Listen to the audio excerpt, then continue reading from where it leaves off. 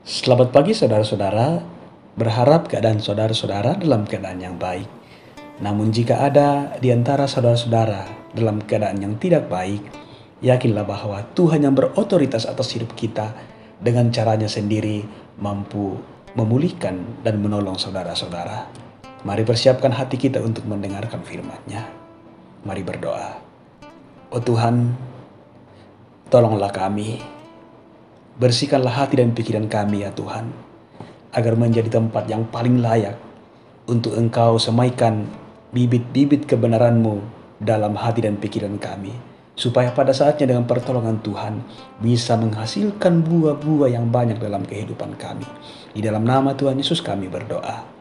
Amin. Yesaya 45 ayat 22 firman Tuhan. Berpalinglah kepadaku dan biarkanlah dirimu diselamatkan, hai ujung-ujung bumi, sebab akulah Allah dan tidak ada yang lain.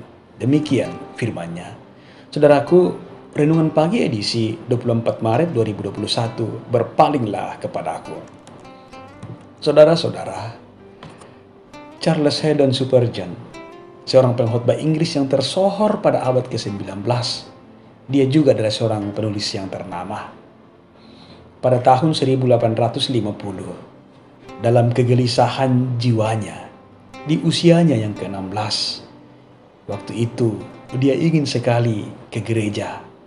Namun, dalam perjalanannya ke gereja, dia terjebak oleh badai salju, sehingga ia berbelok ke sebuah gereja kecil. Dan di gereja kecil itu hanya ada 15 orang di sana. Dan karena cuaca yang buruk, pendeta yang akan berkhotbah tidak hadir di gereja kecil itu. Seorang jemaat dengan rendah hati yang tidak berpendidikan mulai berkhotbah. Ia mengutip Yesaya 45 ayat 22 bacaan kita pada hari ini. Berpalinglah kepadaku dan biarkanlah dirimu diselamatkan, hai ujung-ujung bumi, sebab akulah Allah dan tidak ada yang lain. Look unto me and be saved. Pandanglah aku, maka engkau akan diselamatkan. Dalam bahasa Torayan Aqua, lumaiku mikaleku ambi makariman. Firman Tuhan ini hadir membawa kepastian saat umat Tuhan pada saat itu meragukan akan kasih dan kuasa Tuhan. Mereka lebih terdorong mencari bantuan dari kuasa-kuasa lain. Karena itu, dalam konteks Yesaya, Tuhan hadir melalui Yesaya untuk mengingatkan bangsa Israel untuk segera berpaling kepada Allah jika mereka tidak ingin binasa. Dalam kesederhanaan pengkhotbah di gereja kecil itu, meskipun dia tidak fasih berkhotbah, namun dalam kesederhanaannya, dia berbicara dengan penuh keyakinan seperti ini. Sahabat-sahabatku yang kekasih, ini adalah ayat yang paling sederhana. Ayat ini mengatakan berpalinglah. Berpaling tidak menimbulkan rasa sakit. Tidak perlu mengangkat kaki atau tangan, hanya berpaling. Orang tidak perlu pergi ke perguruan tinggi untuk mempelajari bagaimana ia berpaling. Mungkin ada orang yang paling dianggap hina dan tidak tahu apa-apa, namun Anda masih bisa berpaling kepadanya. Seorang tidak perlu berumur 1000 tahun supaya tahu berpaling kepadanya. Setiap orang bisa berpaling kepadanya. Anak-anak pun tahu berpaling kepada Tuhan. Saudaraku, berpaling dalam bahasa Ibrani panah berarti memandang ke arah atau bergerak menuju sesuatu atau seseorang yang pasti. Dalam hal ini, menuju kepada Allah yang hidup. Firman Tuhan yang disampaikan dengan cara yang sangat sederhana, dengan orang yang sangat sederhana kala itu di sebuah gereja kecil, menjadi titik awal Charles Haddon Spurgeon untuk memandang dan bergerak ke hati Tuhan. Dia berpaling pada saat itu menuju pada titik hidup yang sejati. Pada akhirnya, dia menjadi pengkhotbah yang sangat berpengaruh di Inggris. Dari titik itulah dia diubahkan, sehingga dia begitu yakin bahwa ibadah di gereja adalah wadah yang sungguh yang disiapkan Tuhan untuk menyembahnya. Karena itu, Charles mempunyai satu tulisan yang sederhana tentang ibadah. The wise go there to worship God. Diungkapkannya seperti ini. Ada orang-orang pergi ke gereja untuk jalan-jalan.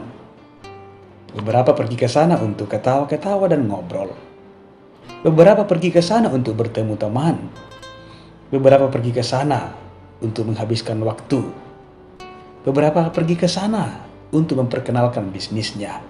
Beberapa orang pergi ke sana untuk bertemu kekasih. Beberapa orang pergi ke sana untuk menutupi kesalahan.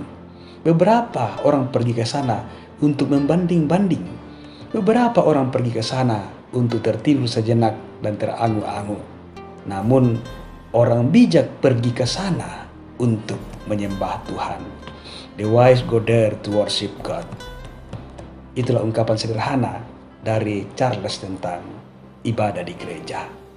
Saudaraku, ketika saat ini kehidupan di dunia ini sangat gampang menggiring kita dan mengikuti maunya dunia.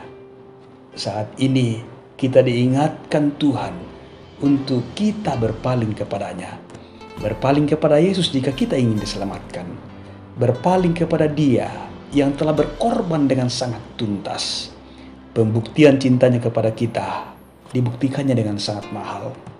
Harus mencurahkan darahnya. Harus disalibkan. Kemudian bangkit dan naik ke surga untuk menyediakan tempat bagi kita.